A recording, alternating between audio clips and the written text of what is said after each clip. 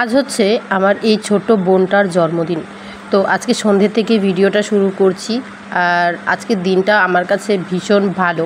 আজকের দিনটে আমাদের বাড়িতে এই ছোট্ট পুচকুটা হয়েছিল, মানে আমার এই বোনটা হয়েছিল। ওর বয়স দেখতে দেখতে 10 বছর হয়ে গেছে। আর ও হচ্ছে কিন্তু আমার ক্যামেরাম্যান। আমার ক্যামেরার প্রত্যেকটা জিনিস ও ভালো জানে, ও খুব সুন্দর করে ক্যামেরা ধরে।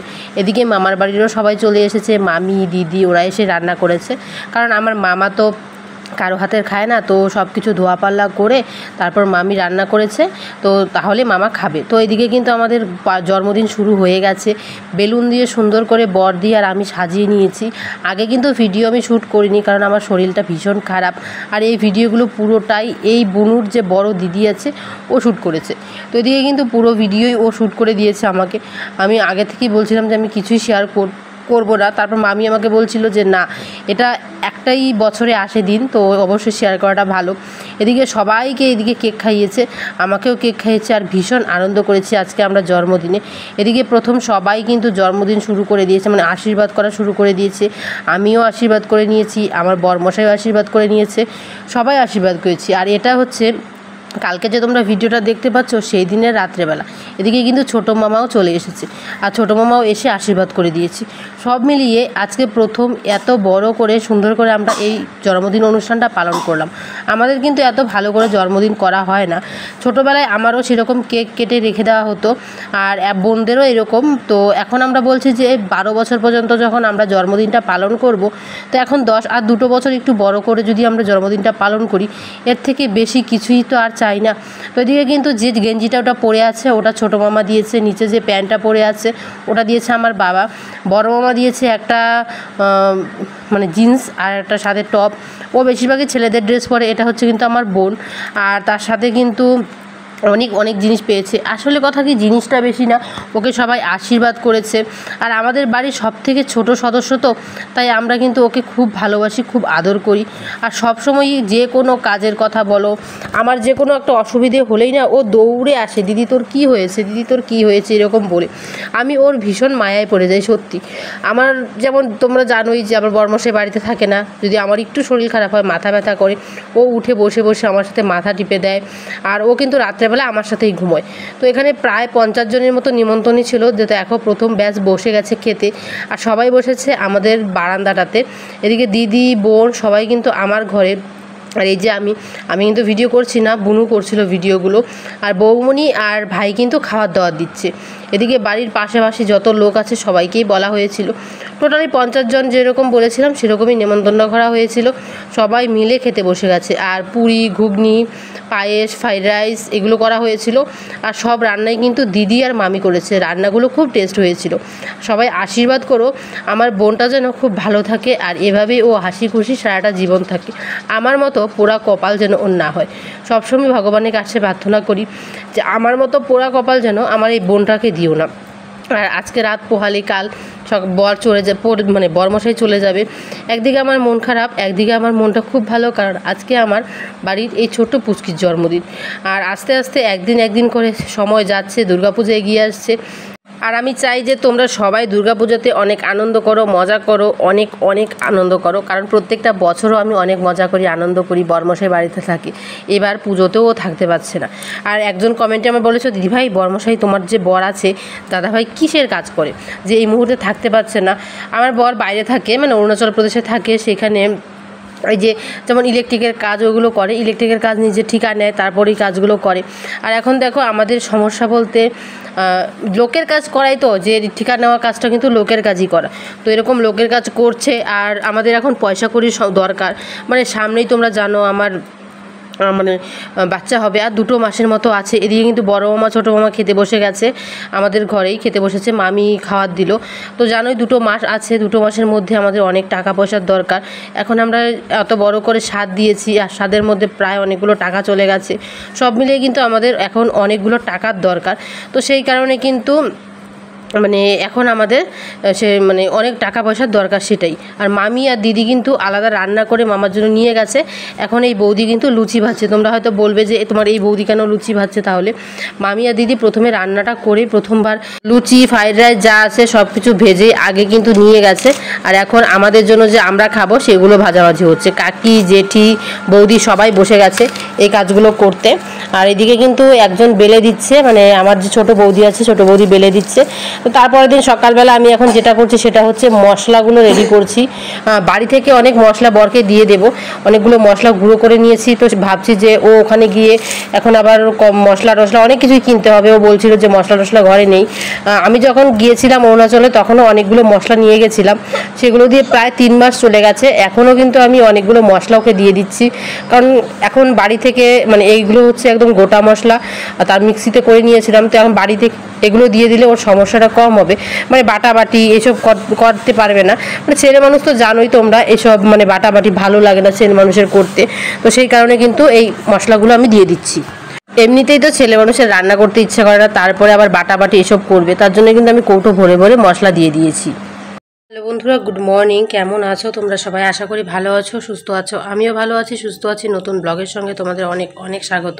তো কালকে রাত থেকেই তো আমি ব্লগটা শুরু করেছিলাম। রাত্রেবেলা বুনুর জন্মদিন ছিল, তো বাড়ি থেকে এসেছি কাল না পরশু দিন বাড়ি থেকে আসার পর বোনের জন্মদিন, তার জন্য বরকে রেখে দিয়েছিল বোন, যেতেই দেবে না। একটাই মাত্র জামাইবাবু, তো বলছে তোমাকে আমি যেতেই দেবো না।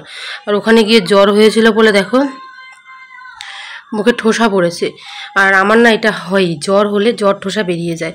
তো সেই কারণে দেখো যে মুখটার কি অবস্থা। আর এমনিতেও প্রচুর কাশি, মানে আমি ঠিকঠাক করে মানে খেতে পারি না। যখন খেতে বসি কাশি হয়, কাশি হয়ে বমি হয়ে বেরিয়ে যায়। তো সেরকম আসার পর থেকেও ঠিকঠাক করে খেতে পাচ্ছি না। ওখানেও এরকম অবস্থা হয়েছিল। তো আজকে বর্মশাই চলে যাবে। আজকে সকালবেলা ওর মানে ব্যাগপত্র যা আছে সব গুছিয়ে দিলাম, তো আজকে চলে যাবে। ভীষণ খারাপ লাগছে, একটা সপ্তাহ এসে থাকলো। আর এই প্রেগনেন্সির টাইমে ওকে আমি সেরকমভাবে পেলামও না সামনে। কারণ যারা প্রবাসী স্ত্রী তারা যে কতটা কষ্ট করে সত্যি এটা আমি নিজের মধ্য দিয়ে অনেকটা বুঝতে পারছি, বুঝতে পারছি। খুব খারাপ লাগে মাঝে মধ্যে যে এই যে প্রেগনেন্সির আমার টাইমগুলো এখন কত অসুবিধে, কত কি দেখা দিয়েছে। তো এই টাইমগুলো তো আমি ওকে সামনে পাবো না। এই মানে কয়েকদিন পেয়েছি, 1 সপ্তাহ। এর মধ্যেই ও আমার সাথে এমনভাবে একটা মায়া জড়িয়ে পড়েছে না।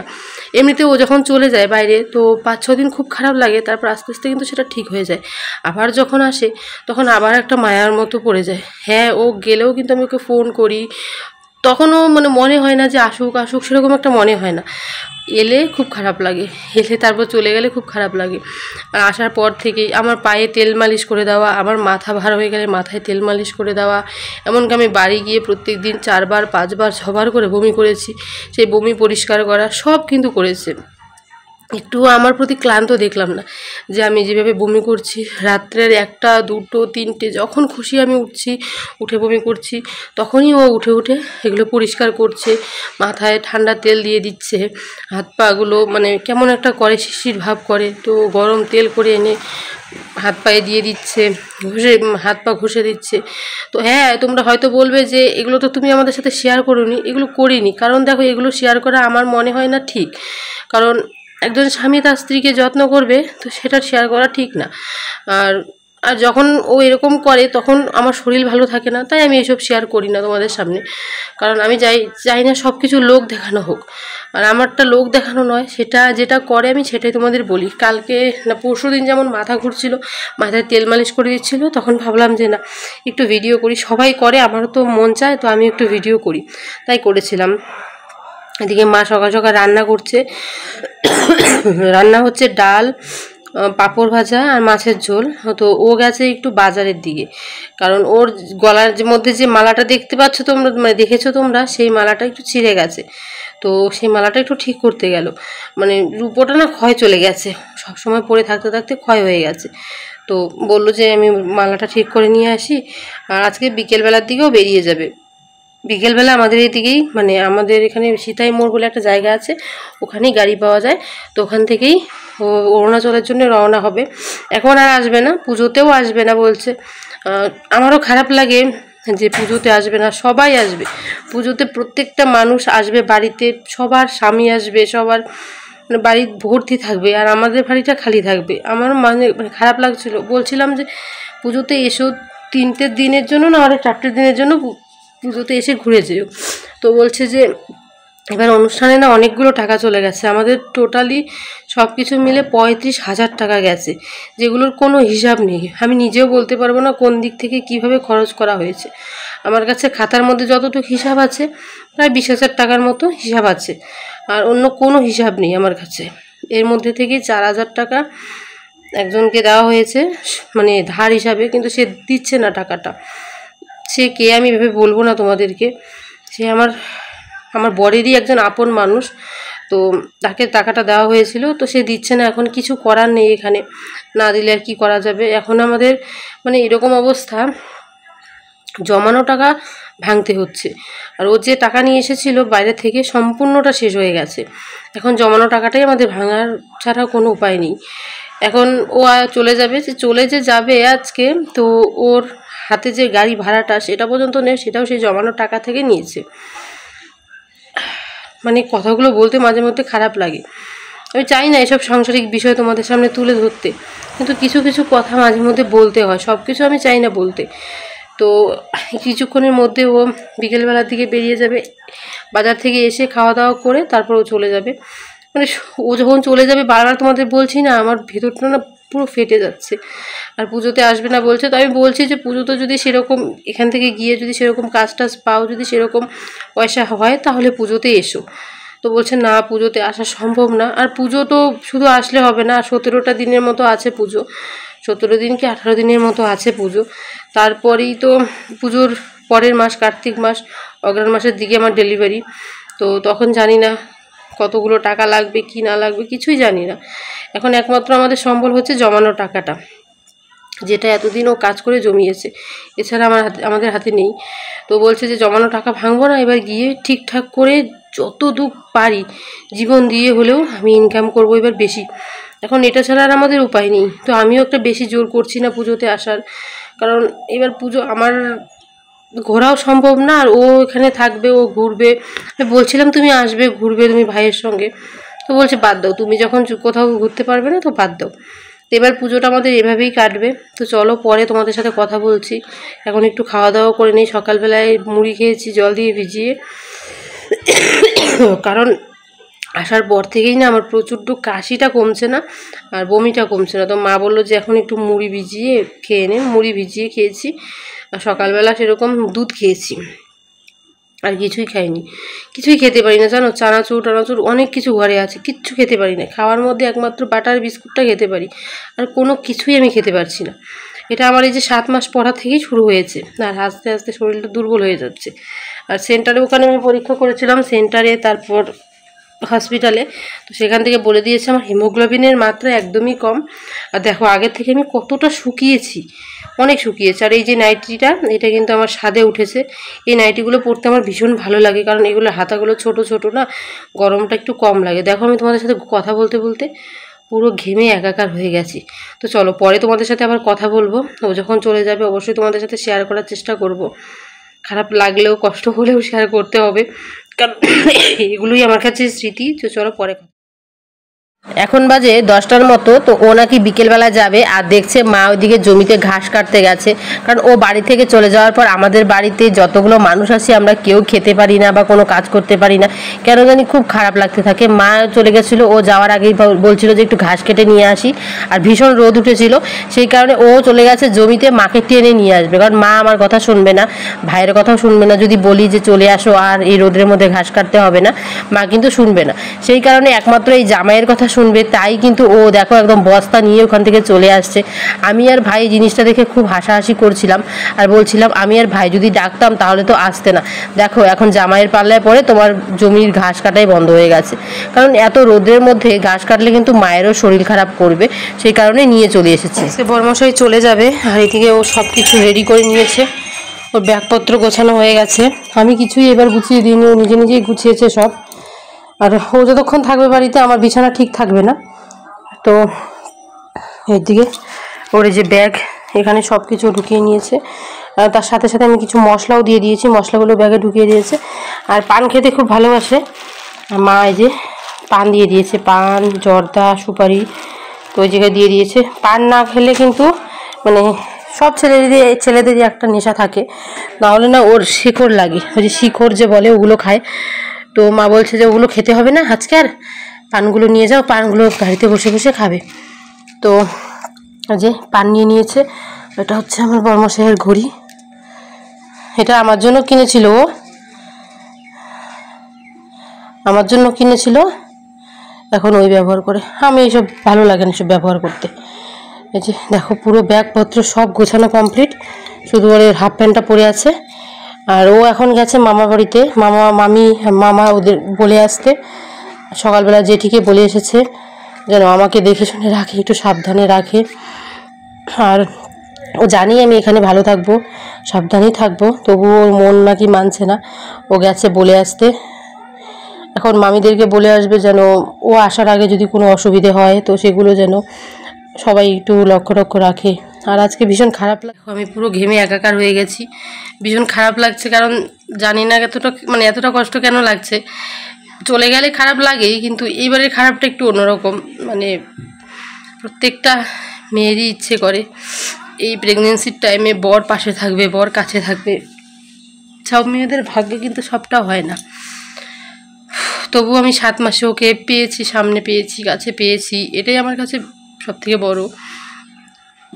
জীবনে পয়সা না থাকলে কিছুই হয় না, টাকা পয়সা কিন্তু খুব দরকার আমাদের। বলতে গেলে এটাই নেই, টাকা পয়সা এটাই নেই।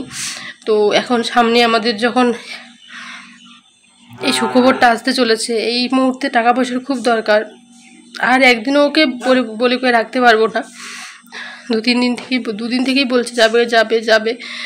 2 দিন অনেক জোর করে দেখেছি, কারণ আমার খুব ইচ্ছে করে ওর সামনে থাক, আমার ওর মুখটা দেখি, তাতেই ভালো লাগে, কেন জানি না, এটাই ভালো লাগে সব থেকে।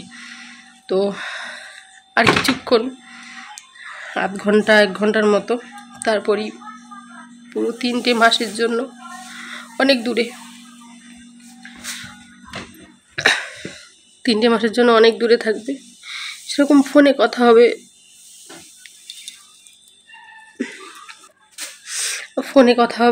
ফোনে ঝগড়া হবে, এসবই। সামনে ইচ্ছে করলে দেখতে পারবো না, ধরতে পারবো না। খারাপ লাগে ভীষণ, যেদিন চলে যায় না। সামনে কান্না করতে পারি না, কারণ আমি কান্না করলে নাকি ওরও খুব খারাপ লাগে। তো সামনে আমি কাঁদি না, কখনো নিজেকে সামলাতেই পারি না, খারাপ লেগে যায়, কষ্ট হয়ে খুব। আমি কথা বলতে পারছি না। চলো পরে তোমাদের সাথে কথা বলছি। ওর হচ্ছে 4টার দিকে গাড়ি, তো এখন কিন্তু ও রেডি হয়ে গেছে। আর আমার ভীষণ খারাপ লাগছে, কষ্ট লাগছে, কারণ এই সময়ে আমি আমার বরকে কাছে পাবো না। আর এইসব ভেবেও লাভ নেই, কারণ দেখো যে আমাদের যে সুখের দিন আসছে, সেই সুখের দিনের জন্য কিন্তু কিছু স্যাক্রিফাইস অবশ্যই করতে হবে। ও পুরোপুরি রেডি, একটাই ব্যাগ নিয়ে নিয়েছে, এই ব্যাগের মধ্যে জামা কাপড় যা আছে সব রেডি করে দেওয়া হয়েছে। আর আমার ভিতরটা না, যখন ও এভাবে বেরোচ্ছিল, আমার ভিতরটা ফেটে যাচ্ছিল। মা বাবা সবাই বাইরে, আর বিকেলের দিকে গাড়ি থাকাতে একটা সুবিধা, মানে গরমটা কম লাগবে। আর ও এভাবেই চলে যাবে, কারণ কোথাও গেলে এই গরমের মধ্যে ওর নাকি ভীষণ কষ্ট হয়। এই গেঞ্জিটা বড় মামি দিয়েছিল স্বাদের সময় আমার, তো বলছে যে এই গেঞ্জিটা পরে নাকি ভীষণ আরাম। তো ওই যে সবাইকে প্রণাম করে নিচ্ছে। ওর এই জিনিসটা না আমার বলেই দিতে হয় না, আমি কোনোদিন বলেও দেইনি যে প্রণাম করবে বাড়িতে গিয়েই মাকে বাবাকে, কিন্তু ও সবসময় দেখি যে এভাবে সবাইকে প্রণাম করে। আর আমার মায়েরও চোখের জল চলে আসে যখন ও বাড়ি থেকে চলে যায়। এই যে আমার জেঠু, ও জেঠুকেও প্রণাম করে নিচ্ছে। আর আমার জেঠি কিন্তু রান্নাঘরে, জেঠিকে গিয়েও রান্নাঘরে প্রণাম করবে, প্রণাম করে তারপর কিন্তু ও বেরোবে। আর দেখো আমাদের বাড়ির প্রত্যেকটা মানুষের মন খারাপ হয়ে গেছে, কারণ ও যখনই থাকে তখনই হাসি খেলা, অনেক মজা, সবাইকে মাতিয়ে রাখে। আর ও সত্যি খুব হচ্ছে মিশুকে মানুষ, মানে যখনই আমাদের বাড়িতে আসবে তখনই সবার সাথে এত ভালোভাবে মিশবে, এত ভালোভাবে সবার সাথে ব্যবহার করবে যে আমার বোনগুলোও জামাইবাবু করে একদম কান্না করে দেবে। ওদিকে আমার হাতে 100 টাকা ছিল, ওকে দিয়ে দিচ্ছি, কারণ ও প্রত্যেকবার যাওয়ার সময় আমাকে টাকা দিয়ে যায়। এইবার আর দিতে পারিনি, কারণ তোমরা জানোই আমাদের অনেকগুলো টাকা স্বাদের অনুষ্ঠানে চলে গেছে। তো আমি ভাবলাম ওর হাতে এখন টাকা পয়সাও কম আছে, 100 টাকা দিয়ে দেই, একটা হাফ প্যান্ট কিনে নেবে। সেদিন আমাদের এখানে বাজার থেকে একটা হাফ প্যান্ট কিনে নিয়েছিল, আর আমার মা 20 টাকা দিয়ে দিচ্ছে, বলছে রাস্তায় পান খেয়েও। তো এইভাবে কিন্তু আমিও কোথাও গেলে আমার মা টাকা দিয়ে দেয়, আর জামাইকেও কিন্তু নিজের ছেলের মতোই ভাবে।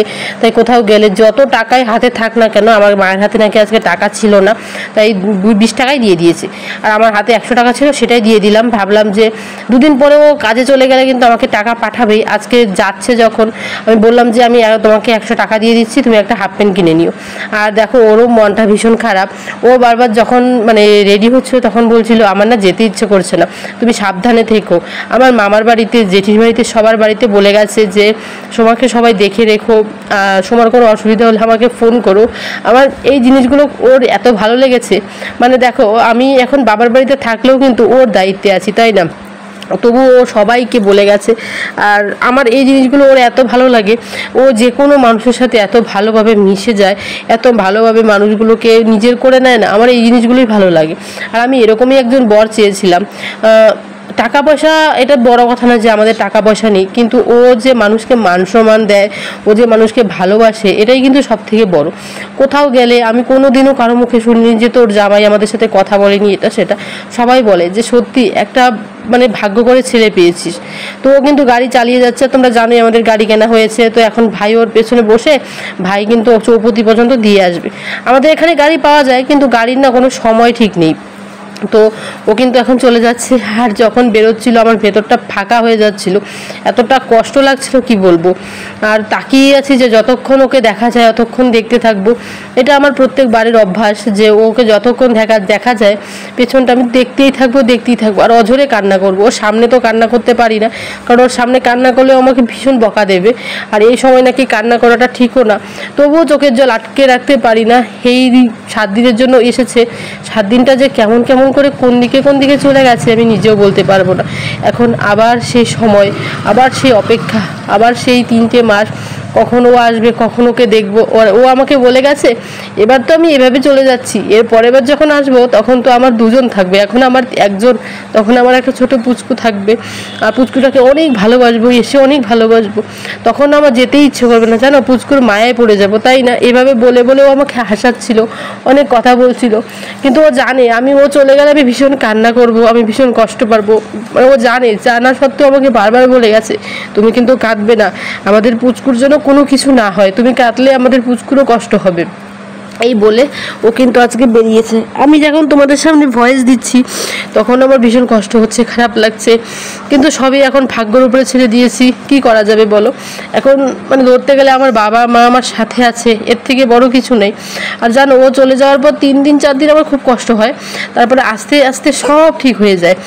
আর সব সময় দেখবে কোনো কিছু আসতে থাকলে আনন্দ, কোনো কিছু এসে গেলে কিন্তু ভীষণ কষ্ট।